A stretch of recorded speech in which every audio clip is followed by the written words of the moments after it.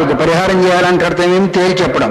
నువ్వు అదేదో తేల్చి చెప్పిపోవయ్యా మా ఇద్దరిలో గొడవ ఉందనేది ఉన్నారు కదా, దాని పరిహారం అంటే అర్థమేమి దాన్ని తేల్చి చెప్పవలసిన అవసరం వచ్చింది. కాబట్టి ఆకాశౌపమ్యోపక్రమేణ ఆకాశాన్ని ఉపమానంగా తీసుకొని దాని యొక్క క్రమ పద్ధతి లోపల ద్యావ అంటే ఆకాశము, పృథివీ అంటే ఇవి రెండు కూడా అంతఃసమాహితత్వ దర్శనాతో దాని యందు నిహితమై ఉన్నాయని చెప్పారు కదా.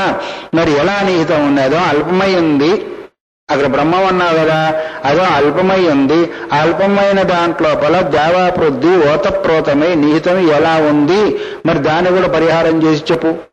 అయ్యో ద్యావాపృద్ధి అధికమైంది, అదో అల్పమైంది ఆకాశము, దాని యందు ఎట్లా ఓతప్రోతమైంది, సంభవం అయ్యేదానికి వీల్లేదుగా. దాన్ని ఒకవేళ అంటావేమో నైతదేవం, ఆ విధంగా అయ్యేదానికి వీలేదు. దాని పరిహారం కూడా మేము చేస్తున్నాము, వినవలసింది. ఏవం హిసతి యదంతఃసమాహితం ద్యావా పృథివ్యాది తదన్వేష్టవ్యం విజిజ్ఞాసితవ్యం చోక్తం స్యాత్.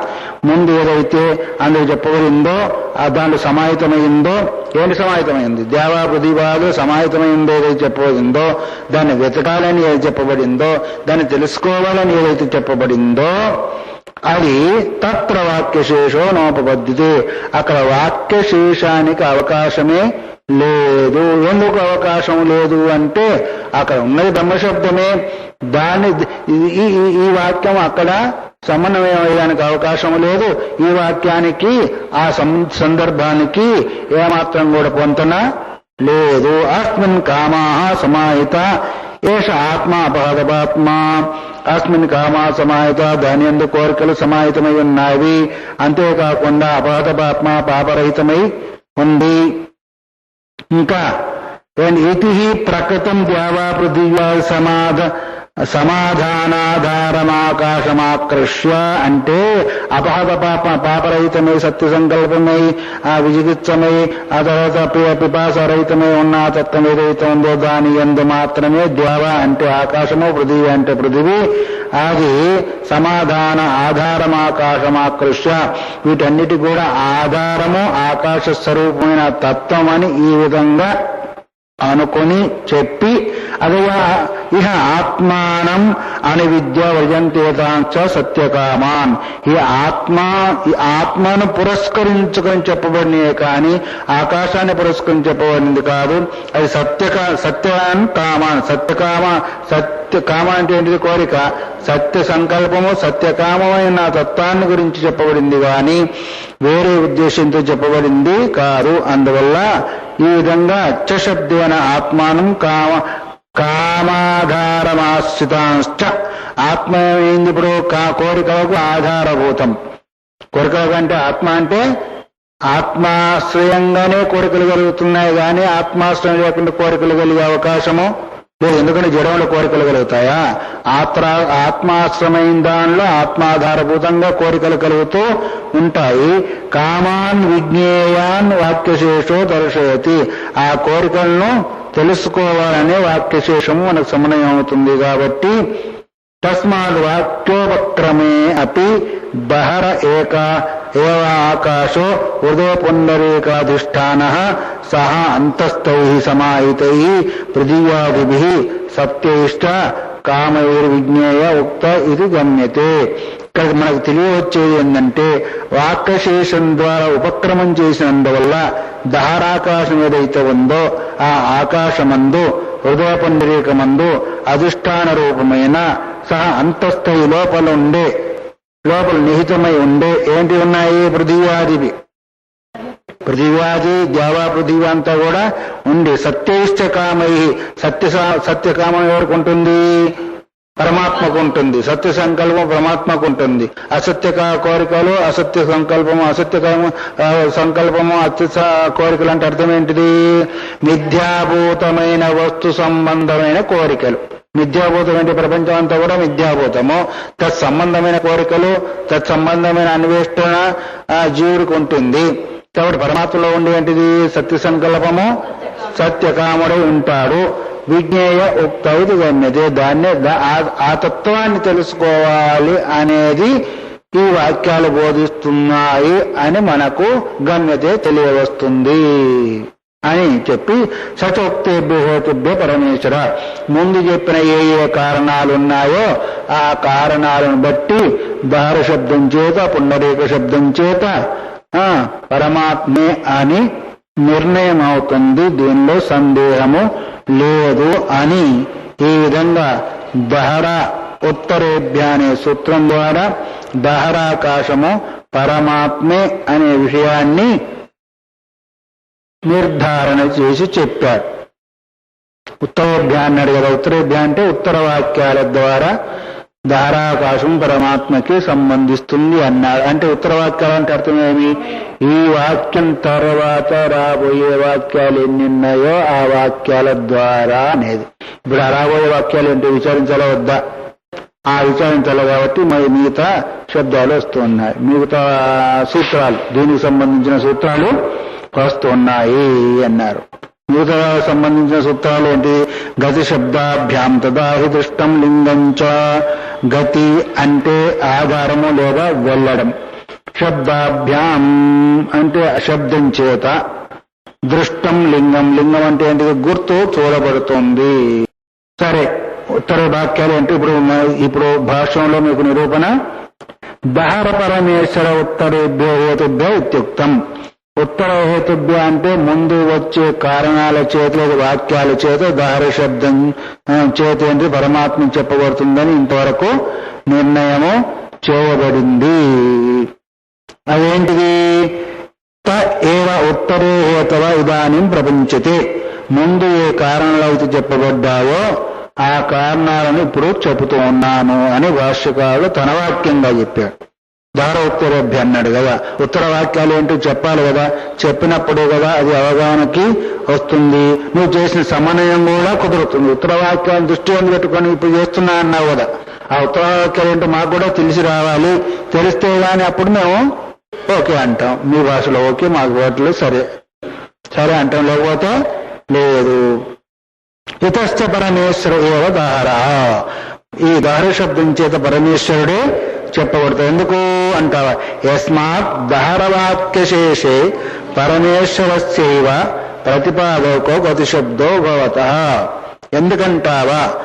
దహరవాక్యశేషే, దహరవాక్యాన్ని గురించి చెప్పే వాక్యాలలో మిగతా వాక్యాలలో పరమేశ్వరస్య పరమేశ్వరుని గురించే ప్రతిపాదకో గతిశబ్దో భవత. ఆ పరమేశ్వరుని ప్రతిపాదించేవే ఉన్నాయి. గతి ఉంది, శబ్దము కూడా ఉంది. గతి అంటే ఏంటిది? ఆధారము. గతి అంటే ఏంటిది? ఉనికి. శబ్దం అంటే ఏంటిది? శబ్దానికి సంబంధించిన శబ్దాలు కూడా రెండు ఉన్నాయి. ఈ రెండింటి ద్వారా దహర శబ్దం చేత పరమేశ్వరుడనే నిర్ధారణ చేస్తూ ఉన్నాం, చేయవలసి వస్తుంది అని దాన్ని చెప్తుంది. ఏంటిది? ఇమా సర్వ ప్రజా అహరహర్ గచ్చంత ఏతం బ్రహ్మలోకం న విందంతి. ఇమా సర్వ ప్రజా, ఈ ప్రజలన్నీ కూడా, ఈ ప్రజలందరూ కూడా, ఏ ప్రజలందరూ? పుష్టిన సమస్త జీవులందరూ కూడా అహరహర ప్రతిదినం కూడా బ్రహ్మలోకం న విందతి, బ్రహ్మలోకాన్ని పొందుతున్నారు. బ్రహ్మలోకం పోస్తున్నారంట. మీరు ప్రతిరోజు బ్రహ్మలోకం పోస్తున్నారా? మన శాస్త్రం చెప్తుంది కదా బ్రహ్మలోకం పోస్తున్నారని. ప్రతిరోజు కూడా బ్రహ్మలోకం పోయి వచ్చేస్తున్నారు పాపం. సుషుప్తి అది బ్రహ్మపురం అని చెప్పబడింది. సుషుప్తి ఎక్కడ? సుషుప్తి? హృదయంలో కదా. ప్రతిరోజు కూడా సుషుప్తి పోస్తున్నారా లేదా? అదే బ్రహ్మలోకము. ఇంకేం లోకం ఉంది? కాబట్టి విందతి అని తత్ర ప్రకృతం దహరం బ్రహ్మలోక శబ్దే. ఆ వాక్యంలో చెప్పబడిన బ్రహ్మలోకమని శబ్దం చేత దహరం బ్రహ్మలోక శబ్దే నా అభిధాయ తద్విషయ గతి అన్నారు. ఒకటేమో శబ్దం ఏంటిది? దహరం బ్రహ్మలోక శబ్దం. గతి అంటే ఏంటిది? వెళ్తూ ఉన్నాడు, రోజు అక్కడికి వెళ్ళి వస్తున్నాడు, బ్రహ్మలోకానికి వెళ్ళి వస్తున్నాడు. ఎంత పుణ్యాత్ముడో పాపం, రోజు బ్రహ్మలోకం వెళ్ళొస్తున్నా అంటే. కాబట్టి గతి ఒకటి ఏంటంటే, గతి అంటే వెళ్ళడము, దార శబ్దము. ఈ రెండింటి యొక్క ఆధారం చేత దార శబ్దం చేత పరమాత్మే చెప్పబడుతున్నది అని. అభిప్రాయ తద్విషయాగతి ప్రజాశబ్దవాచ్యానాం, ప్రజాశబ్దం చేత చెప్పబడే ఏంటిది? జీవానం అభిధీయమాన. ఒక ప్రజాశబ్ద చేతి చెప్పబోయేదేమో జీవులు, గతి శబ్ద చేతి చెప్పబోయేదేమో గమనము. దహరస్య బ్రహ్మతాం గమయతి అంటే ఆ దహర శబ్దంకి ప్రజలు వెళ్ళి వస్తూ ఉన్నారు అంటే ఇప్పుడు దహర శబ్దం చేత బ్రహ్మ చెప్పబడుతుందా, ఆకాశం చెప్పబడుతుందా, జీవుడు చెప్పబడుతుందా? ప్రజానే శబ్దం చేతను జీవులు చెప్పారు, దహర శబ్దం చేత ఏదో బ్రహ్మమే చెప్పబడుతుంది కానీ ఆకాశం చెప్పేదానికి అవకాశం ఉండదు. తథా హి అహరహ జీవానాం సుషుప్తావస్థాయాం బ్రహ్మ విషయం గమనం దృష్టం శృత్యంతరే. వేరే శృతి ఏం చెప్తుంది అంటే ప్రతిరోజు కూడా జీవులంతా కూడా సుషుప్తి అవస్థలో బ్రహ్మ విషయం గమనం, బ్రహ్మం దగ్గరికి పోయి బ్రహ్మతో కలుసుకొని వస్తాం. బ్రహ్మతో కలుసుకోవడం అంటే బ్రహ్మ సుఖ స్వరూపము. ఈ రోజు నేను ఎంత హాయిగా నిద్రించా, అదే మనం అనుకునేది ఏదైతే ఉందో బ్రహ్మ నిర్విషయ సుఖం, అది విషయ సుఖం కాదు. తర్వాతనేమో అది దుఃఖరహితమైన సుఖం బ్రహ్మ. అందువల్ల రోజు నువ్వు సుషుప్త అవస్థలు ఏం పొందుతున్నావు? నిర్విషయమై దుఃఖరహితమైన సుఖాన్ని పొంది వస్తూ ఉన్నావు మళ్ళీ. అందుకొరకు శృతి ఏం చెప్తుంది? బ్రహ్మ విషయం గమనం దృష్టం ఏది సతా సౌమ్య తదా సంపన్నో భవతి. సత అంటే సత్ వస్తు చేత, సౌమ్య ఓ సౌమ్యుడా ఈ ప్రజలన్నీ కూడా, సంపన్న అంటే తదురూపమై తదాకారమై ఆ సుఖాన్ని పొందుతూ ఉన్నారు అన్నారు. ఎప్పుడు? సత. సత అంటే సద్వస్తువు చేత. సత్ అంటే దేని చెప్తాము? ఆ పదార్థాన్ని చెప్తాం కదా, బ్రహ్మం చెప్తాం కదా. తదు సంపన్నో భవతి ఆ రూపమై ఉంటున్నాడు. తర్వాత లోకేపి కిల, లోకంలో కూడా నిద్రలోచిన తర్వాత ఏమంటారు మీరు? గాఢం సుషుప్తమాచక్షతే బ్రహ్మీభూతో బ్రహ్మతాంగత. గాఢంగా నిద్రపోయాము, బ్రహ్మానందంగా ఉంది, బ్రహ్మస్వరూపుణ్ణయ్యా అని అంటారు. అంటావు లేదా? ఎంత హాయిగా నిద్రించా, బ్రహ్మానందంగా ఉంది, గాఢంగా నిద్రపోయామని అంటారు. తథా బ్రహ్మలోక శబ్దోపి ప్రకృతిదహరే ప్రయుజ్యమానం. అందుకు బ్రహ్మలోక శబ్దం చేత మనకి ఏదైతే వాద వివాదం జరుగుతుందో దహర శబ్దం చేత అది బ్రహ్మలోకమని ఆ దహర శబ్దానికే చెప్పబడింది. జీవభూతాకాశంకాం నివర్తయన్, అది జీవుడు లేదు ఆకాశము అనే ఈ యొక్క అనుమానం ఏదైతే ఉందో దార శబ్దం చేసి అన్నాడు. ఆకాశం అన్న కావాలి, జీవుడన్న కావాలన్న కదా. ఈ రెండింటినీ కూడా నివర్తింపజేస్తూ అంటే దాన్ని తృణీకరిస్తూ బ్రహ్మతాం అస్య గమయతి, బ్రహ్మ శబ్ద బ్రహ్మనే అని తెలియజేస్తున్నాడు. అక్కడ దార శబ్దం చేత ఆకాశము కాదు, జీవుడు కాదు. జీవుడు దగ్గరికి పోతాడా? పోడు. అందువల్ల ఆ జీవుడు ఆకాశం దగ్గర పోతే సుఖాన్ని పొందుతాడా? పొందడు. అక్కడ ఈ సుఖాన్ని పొంది వస్తున్నాడంటే దార శబ్దం చేత బ్రహ్మమే కాని సుఖస్వరూపమైన ఆత్మే కాని వేరు కాదని తెలియవస్తుంది. మళ్ళీ ఇక్కడ ప్రశ్న చేస్తాను. మళ్ళీ ప్రశ్న వేయాలి వద్దా? నువ్వు చెప్పింది వినాలని ఏముంది? చెప్పింది వినాలని ఏమైనా ఉందా? లేదు. అందుకొరకు మళ్ళీ ప్రశ్న వేస్తుందని సమాధానం నాకు కావాలి. ఏంటిది? కమలాసన లోకమపి బ్రహ్మలోక శబ్దోగమయే. కమలాసనం అంటే బ్రహ్మ. ఆ బ్రహ్మలోకం కూడా అది కూడా బ్రహ్మలోకమే కదా. మరి ఆ బ్రహ్మలోకం పోయి వస్తున్నా అని చెప్పొచ్చు కదా. ఏమింది చెప్ప? కమలాసనం అంటే ఎవరు? కమలాసనుడు. బ్రహ్మకు ఆసనం ఏంటిది? కమలాసన లక్ష్మి. కమలాసనుడు బ్రహ్మ. ఆమెకు కమలమే ఆసనం, ఈయనకు కమలమే ఆసనం. ఈయన సృష్టి చేస్తా ఉంటే ఆమె పోషిస్తూ ఉంటుంది. ఎందుకంటే ఇద్దరు సమన్వయంలో ఉన్నారు కదా. కాబట్టి కమలాసన లోకమపి బ్రహ్మలోక శబ్దోగమయ్యేతో, కమలాసన లోకమే బ్రహ్మలోకం ఏదైతే ఉందో అది బ్రహ్మలోకం చేతి చెప్పబడుతుందో లేదా? గమయేది ఏది బ్రహ్మణో లోక ఇది. ఆ బ్రహ్మణం బ్రహ్మ యొక్క లోకం వెళుతున్నా అని చెప్పొచ్చు కదా. షష్ఠీ సమాసం చేసి ఆయన చెప్తా ఉంటే సమాసతో ఉద్బద్ధ్యత సమానాధికరణ వృత్యాతు విత్యాద్యమానో బ్రహ్మైవ లోకో బ్రహ్మలోక. ఇది బ్రహ్మణలోక బ్రహ్మలోకం అని కాదు. బ్రహ్మ యొక్క లోకం అంటే బ్రహ్మ వేరయ్యారు, బ్రహ్మ యొక్క లోకం వేరైంది. ఇక్కడ బ్రహ్మమే లోకము బ్రహ్మలోకం అంటాం. మేము సమాసం మార్చేస్తాం.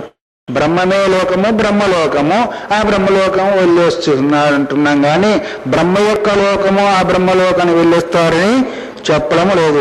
ఏతదేవ చ అహరహ బ్రహ్మలోక గమనం దృష్టం బ్రహ్మలోక శబ్దస్య సామాన్యకరణ్య వృత్తి. బ్రహ్మణోలోక బ్రహ్మలోక అది వేరు. బ్రహ్మయోగ లోక బ్రహ్మలోక. బ్రహ్మమే అంటే సమానాధికరణం అంటే ఇది ఏకవచనం ఉంది, అది ఏకవచనం ఉంది కదా. ఏంటి బ్రహ్మ శబ్దము అది ప్రథమ ఏకవచనము, లోకము ప్రథమ ఏకవచనము. అర్థమవుతుంది కదా. ఏంటిది బ్రహ్మ యొక్క అన్నప్పుడు ఇక్కడ షష్ఠి అయింది, అక్కడ ప్రథమాంతమైంది. సమానాధికరణం ఎట్లా అవుతుంది? ఇక్కడ బ్రహ్మ అనేది ప్రథమ ఏకవచనం, అటు లోకం అనేది ప్రథమ ఏకవచనం, సమానాధికరణం కుదురుతుంది. బ్రహ్మ యొక్క లోకం అన్నప్పుడు బ్రహ్మ యొక్క షష్ఠి అయింది, లోకము ప్రథమాంతమైంది. అప్పుడు సమానాధికరణం అవుతుందా? అది దానికి వీలు లేదు. అందువల్ల పరబ్రహ్మమే బ్రహ్మలోక శబ్దస్య సామానాధికరణ్య వృత్తి పరిగ్రహే లింగం. సమానాధికారాన్ని గ్రహించినందువల్ల ఇప్పుడు మనకు ఇక్కడ బ్రహ్మలోక శబ్దం అవుతుంది. కాకపోతే నై అహరహర ఈమా ప్రజా కాలబ్రహ్మలోకం సత్యలోకాఖ్యం గచ్చతి ఇది శక్యం కల్పయితం. ప్రతిరోజు కూడా కాలబ్రహ్మమైన ఆ బ్రహ్మలోకానికి వెళ్ళి వస్తున్నారు అని చెప్పొచ్చు ఎవడన్నా. అక్కడ పోయిన తర్వాత ఇంకా ఈ గొడవలు ఎందుకు, ఈ దుఃఖాలు ఎందుకు మనకి ఉంటాయా? రోజు ఆ కార్యబ్రహ్మలోకానికి వెళ్ళే పుణ్యం కూడా కావద్దు. కార్యబ్రహ్మలోకం అంత తేలిక దొరుకుతుందా? అదొక బ్రహ్మలోకం అంటే బ్రహ్మైవలోక బ్రహ్మలోకం కానీ కార్యబ్రహ్మము కాదు అని ఈ ఉత్తర వాక్యం ద్వారా దహర అనే శబ్దానికి ఆకాశము కాదు, జీవుడు కాదు, బ్రహ్మమే. ఎందుకంటే ప్రతిరోజు కూడా ఈ జీవులన్నీ కూడా ఆ బ్రహ్మలోకం వెళ్ళి అంటే బ్రహ్మరూపంలో ఉన్న లోకం వెళ్ళి తన స్వరూపానందాన్ని అనుభవించి మళ్ళీ తిరిగి వస్తున్నారు అని ఈ విధంగా ఉత్తర వాక్యం చెప్పినందువల్ల దహర శబ్దం చేత బ్రహ్మమునే గ్రహించాలి. ఇంకా ఏం చెప్తుంది? ఇంకే వాక్యం చెప్తుంది, అది కూడా వినాలి కదా. ధృతేశ్చ మహిమ్నో స్యాస్మిన్ ఉపలబ్ధే ధృతే చాస్మిన్ ధృతిరేతో పరమాత్మయో భవతి. ధృతి అంటే ఏంటిది? ధరించడం. ధృతి అంటే ధైర్యం కాదు, ధృతి అంటే ధైర్యం. ధృతి హేతు అంటే ధరించినందువల్ల. ధృతి ధారణ కదా. ధారణ అంటే ఏంటిది? ధరించినందువల్ల. ధృతేశ్చ మహిమ్నో అంటే ధరించగలిగిన గొప్పతనం ఉన్నందువల్ల అస్యాస్మిన్ ఉపలబ్ధే పరమాత్మయందే ధరించే యోగ్యత కనిపించినందువల్ల దార శబ్దం చేత పరమాత్మే గుర్తించు. ఇదేంటి? ధృతేశ్చ హేతు పరమేశ్వరవాయం దార అన్న. ధృతేశ్చ హేతు ఇక్కడ కారణం ఏంటిది? హేతు అంటే ఏంటిది? ధారణ అనే ధరించే హేతువు కారణం కలిగి ఉన్నందువల్ల దార శబ్దం చేత పరమాత్మే చెప్పబడతాడు. కథం ఎలా? అది మాకు సమన్వయం చేసి చెప్పు అని పూర్వపక్ష అడుగుతున్నాడు. దహరో అస్మినంత ఆకాశ ఇతి ప్రకృత్యా ఆకాశోపమ్యపూర్వకం తస్మిన్ సర్వ సమాధానం ఉక్త్వా తస్మిన్నేవ చ ఆత్మశబ్దం ప్రయుజ్య అపహతపాత్మత్వాది గుణయోగం చ ఉపదిశ్య తమేవ వృత్త ప్రకరణం నిర్దిశతి. ఇక్కడ ముందు చెప్పినవన్నీ కూడా ఒకసారి సమీకరించి చెప్తున్నాడు భాష్యకారు. దహరో అస్మిన్ అంతరాకాశ, లోపల ఉన్న ఆకాశ స్వరూప అల్పమైన ఆకాశం ఏదైతే ఉందో అది ప్రకృతి. దాన్ని మొదలు ప్రకృతి అంటే దాన్ని పురస్కరించుకొని ఆకాశోపమ్యపూర్వకం ఆకాశ ఉపమాన రూపములో ఉన్న ఆ తత్వాన్ని తస్మిన్ సర్వ సమాధానముక్త ఆ పరమాత్మకు సంబంధించిన సమస్త సమాధానం అంటే ఏంటిది? ఉత్తర్వులు. సమాధానం అంటే ఏంటిది? సమాధానం చెప్పారండి. నాకు సమాధానం చెప్పమంటారు ఏంటిది? దానికి అదే చెప్పా. దానికి సంబంధించి అన్ని కూడా చెప్పేసి తస్మిన్నేవ ఆత్మశబ్దం ఆ దార శబ్దము ఎందే ఆత్మశబ్దం నిహితమైంది, ఆత్మశబ్దం చేతి చెప్పబడుతుంది అని నిరూపణ చేసి అపహత పాపత్వాది గుణ యోగం అపహత పాపత్వాది గుణాలన్నీ కూడా చెప్పారు. అపహత పాప్మ విరజో విముఖో విమృత్యుర్ విశోక అని ఈ గుణాలన్నీ కూడా ఆకాశద్వరూపమైన ఆత్మయందే సమన్వయ అవుతాయని కూడా చెప్పి ఉపదిశ తమేవ అనతివృత్త ప్రకరణం నిర్దిశతి. మళ్ళీ ఆ ప్రకరణాన్ని అతిక్రమించకుండా దాన్నే మళ్ళీ శృతి చెబుతూ ఉంది అని పూర్వం వచ్చిందని ఇప్పుడు కొంచెం సంక్షేపంగా చెప్పారు. పూర్వం మనం ఏదైతే చెప్పుకున్నామో పూర్వ సూత్రంలో దాన్ని సంక్షేపంగా చెప్పి దాన్ని అతిక్రమించకుండా దాన్నే సమన్వయం చేస్తూ ముందు వాక్యం కూడా చెబుతూ ఉంది అన్నాడు. ఏంటి ముందు వాక్యము దాన్ని చెప్తున్నారు. అధయ ఆత్మ సా సేతురు విద్రుతిరేషాం లోకానాం అసంభేదాయ. ముందు వాక్యం ఇంకా ముందు వాక్యం ఏం చెప్తుంది అంటే ఈ ఆత్మ ఏదైతే ఉందో అది సేతు. సేతు అంటే ఏంటి? ధరించేది విధృతిరేష లోకానాం, ఈ సమస్త లోకాలన్నీ కూడా ధరిస్తుంది. అంటే నీ అల్పాకాశమో లేదు జీవో ధరిస్తాయా? వాటికి ఆధారంగా ఉంటాయా అంటే ధరించే హేతువు కూడా దానికే ఉంది. అపహత పాపత్నాది గుణాలన్నీ దానికే ఉన్నాయి. ధరించే హేతువు అంటే ఆత్మ సా సేతు. అక్కడ కనిపించే ధార రూపమైన ఆత్మ ఏదైతే ఉందో అదే సేతువు. ఎందువల్ల అన్నారు? ఏషాం లోకానాం విధృతి అసంభేదాయ, భేదం లేకుండా సమస్త లోకాలన్నింటినీ కూడా అదే ధరించి ఉంది. ఈ ఒక్క వాక్యం లోపల తత్ర అంటే ఏంటిది? ఈ ఛాందోగ్య శృతి చెప్పిన వాక్యం లోపల విధృతి ఆత్మశబ్ద సమానాధికరణ్యాది విధారయతోచ్యతే. ఇక్కడ విధృతి అనే ఏ శబ్దం ఇది చెప్పబడిందో అది ఆత్మశబ్దానికి సమానాధికరణమైంది. విధృతి అంటే ఏంటిది? ప్రథమాంతం. ఆత్మ అనేది ప్రథమాంతం. ఇవి రెండు కూడా సమానాధికరణమైనవి కాబట్టి ధారణ అనే ఈ గుణము ఆత్మయందే నిహితమై ఉంటుంది కానీ ధార శబ్ద రూపమైన ఆకాశంలో జీవంలో నిహితమై ఉండవు అని చెప్పి తిచ కర్తరి స్మరణాతో విధృతి అన్నారు కదా. తిక్ వ్యాకరణ రూపంలో తిచ్ అనే ప్రత్యయం అయినందువల్ల ధృతి అనేది ధారణ. ధృధారణ అనే ధాతువు చేత తిచ్ ప్రత్యయమై ధృతి ఏర్పడింది. అది వ్యాకరణ శాస్త్రం ప్రకారం లేదు. ధృధారణే ధాతువు. ధృ తర్వాత దానికి తీ రావాలి కదా, తిక్ ప్రత్యయమైంది. తిచ్చులో చకారం ఉన్న ముందులో కకారం రెండు లోపం అయిపోయినలో తీ మాత్రం మిగులుతుంది. అప్పుడేమైంది? ధృతి అయింది. అయితే తిచ్చు ప్రత్యయానికి ఏంటిది అర్థం అంటే కర్తరి ప్రయోగము. అంటే ధరించేవాడు కర్త అవుతాడు లేదా? ధరింపబడేవి కర్మ అవుతాయి, ధారణ క్రియ అవుతుంది.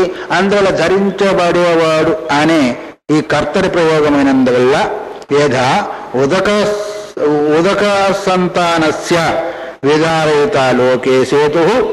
లోకంలో సేతు ఎక్కడ ఉంటుంది? నీళ్లను ధరించేదిగా ఉంటుంది. నీళ్లను ధరిస్తుందా లేదా? ఆ నీళ్ళను ధరించడం అంటే అర్థమేమి? నీళ్ళలో వచ్చే వాళ్ళంతా కూడా నీళ్ళల్లో పడకుండా వాటికి ఆధారంగా ఉంటారు. అంటే నీళ్ల పైన ఇది ఉంటుంది. కదా ఉదక సంతానస్య. ఉదక సంతానం ఏంటి? సంతానం ఏంటిది? సముదాయం. సంతానం అంటే ఇక్కడ సముదాయం. నీళ్ళ యొక్క సముదాయాన్ని విధారయుత ధరించేవాడు. ఆ ధరించేవాడిని ఏమంటారు లోకంలో? సేతు అన్నారు. అన్నారా లేదా? క్షేత్ర సంపాదం అసంభేదాయ అంటే ఆ స్థలాన్ని ధరించి ఉన్నందువల్ల ఏవం అయం ఆత్మ ఏషాం అధ్యాత్మాది భేద భిన్నానాం లోకానాం వర్ణాసమాధీనాంచ విధారయిత. ఈ ఆత్మ కూడా అక్కడ ఏ భేదము లేకుండా సమస్త క్షేత్రాలను ధరించి ఉందో ఆ సేతువు, అట్లాగే ఈ ఆత్మ కూడా అధ్యాత్మాది భౌతికాది భేదాలు లేకుండా, ఆధ్యాత్మికాది భేదాలు ఉన్నాయి లేదా? ఆధ్యాత్మికము ఆదిభౌతికము లేదా దేవత రాక్షసులు ఈ భేదాలతో కూడుకున్న సమస్త లోకాలను, దానిలో లోకాల్లో ఉన్న వర్ణము ఆశ్రమాలు వీటినన్నిటినీ కూడా కలిగి ఉన్నటువంటి ఈ లోకాలన్నింటినీ కూడా ఎన్నెన్ని భేదాలు ఉన్నాయో ఆ భేదాలతో కూడుకున్న లోకాలన్నింటినీ కూడా విధారయిత అంటే ధరించేవాడు. అందువల్లనే సేతు అసంభేదాయ సంకరాయేతి. అసంకరాయ అది భేదము లేదు, అక్కడ సంకరము లేదు. అంటే సంస్కారము లేదు, సంకరము లేదు. అలాంటి భేదరహితమై సాంకర్యరహితమై ఉన్న సమస్త లోకాలను విధారయిత ధరించేవాడు. ఎవరు? పరమాత్మ. ఏవం ఇహ ప్రకృతి అంటే అర్థమేమి? అన్నిట్లో నిబిడి ఉండడమే, అన్నిట్లో ఓతప్రోతమై ఉండడమే, అభిన్నమై ఉండడము, ధరించమై ధరించి ఉండడం అనేది. ఏవం ఇహ ప్రకృతి దహరే విధాన లక్షణం మహిమానం దర్శయతి. ఈ రకంగా మనకు ప్రకృతమైన దారి శబ్దంతో చెప్పబడే అల్పశబ్దంతో చెప్పబడే ఏ ఆకాశమైనందో దాన్ని ధరించేది కూడా ఎవరు? పరమాత్మనే. ఆయన యొక్క మహిమనే దాన్ని ధరిస్తోంది, లోకాలను కూడా ధరిస్తుంది. ఆయన తన ఆత్మ యొక్క గొప్పతనాన్ని ఇక్కడ ప్రదర్శింపబడింది. అల్పమైన దాన్ని ధరిస్తోంది. లోకంలో ఏది భిన్న భిన్నమైన ప్రకారాలు కలిగిన, ప్రవృత్తి కలిగిన, వికారాలు కలిగిన లోకాలు ఉన్నాయి, వాటిని కూడా ధరిస్తుంది అని చెప్పి. అయంచ మహిమ పరమేశ్వరేవ. ఇలాంటి మహిమ అతి అధికమైన వాటిని, అతి అల్పమైన వాటిని ధరించే మహిమ ఎవరికి ఉంటుంది? పరమేశ్వరునికే ఉంటుంది. కానీ అల్పమైన ఆకాశానికి ఉండదు, జీవుడికి కూడా ఉండదు. సుత్తంతరాదు ఉపలభ్యతే. వేరే స్థితి ద్వారా మనకు ఈ భావన, ఈ అర్థము లభిస్తుంది. కాబట్టి ఈ దారశబ్దం చేత పరమాత్మనే గ్రహించాలి. ఏంటి? యతస్య వాక్షరస్య ప్రశాసనే గార్గి. ఇంకా శృతి ఏంటిది? మనకు బృహదారణ్య యొక్క శృతి కూడా చెప్తుంది. ఏమని? ఓ గార్గి, ఈ అక్షరస్య ప్రశాసనే గార్గి, ఈ యొక్క అక్షరస్వరూపమైన పరమాత్మ యొక్క శాసనంలోనే ఎవరెవరున్నారు? సూర్య చంద్రమతో ఉద్రతో తిష్టత. సూర్య చంద్రాదులంతా కూడా ధరింపబడి ఉన్నారు అంటే ఆయన శాసనంలోనే వీళ్ళున్నారు. ఎవరున్నారు? మరి వాళ్ళే ఉన్నారంటే మిగతా వాళ్ళంతా సమస్త లోక పోషకులు, లోక పోషకులైన సూర్యచంద్రుల్లో ఆయన యొక్క ధారణలో, ఆయన పోషణలో ఉన్నారు, ఆయన శాసనంలో ఉన్నారు అంటే మరి ఈ పోషింపబడి ఈ సమస్త లోకాలన్నీ కూడా ఆయన యొక్క ధారంలోనే ఉన్నారు, ఆయన పోషణలోనే ఉన్నారు, ఆయన శ్వాసంలోనే ఉన్నారు. తవ అన్యత్వాపు నిశ్చితే పరమేశ్వర వాక్యేషు అయితే. అక్కడే కాదు, వేరే వేరే వాక్యాల్లో కూడా పరమాత్మ యందు సమన్వయ వాక్యాలే కనిపిస్తున్నాయి. ఏష సర్వేశ్వర, ఏష భూతాధిపతి, ఏష భూతపాల, ఏష సేతుర్విధాన, ఏషాం లోకానాం అసంబోధాయ. ఈ తత్వమే సర్వేశ్వరుడు అంటే అన్నిటిని శాసించేవాడు, భూతాధిపతి, సమస్త భూత భౌతిక ప్రపంచాలకంతా కూడా పతి, గతిరు భర్త, ప్రభు సాక్షి నివాస శరణం సురత్. గీత కూడా చెప్పింది. అధిపతి అయిన ఏష భూతపాల, సమస్త భూతాలను పాలించేవాడు అధిపతి, ఆయన పాలించేవాడు ఆయన. ఏష చేతు, వాటిని అన్నిటిని కూడా ధరించేవాడు కూడా ఆయన. ఏషాం లోకానాం అసంభేద, సమస్త లోకాలను ఏ భేదం లేకుండా అన్నిటిని ధరించి అన్నింటితో నిహితమై అన్నిటిని శాసిస్తూ అన్నిటికీ ఈశ్వరుడి పతి, గతి, భర్త ఉండేవాడు ఆయనే.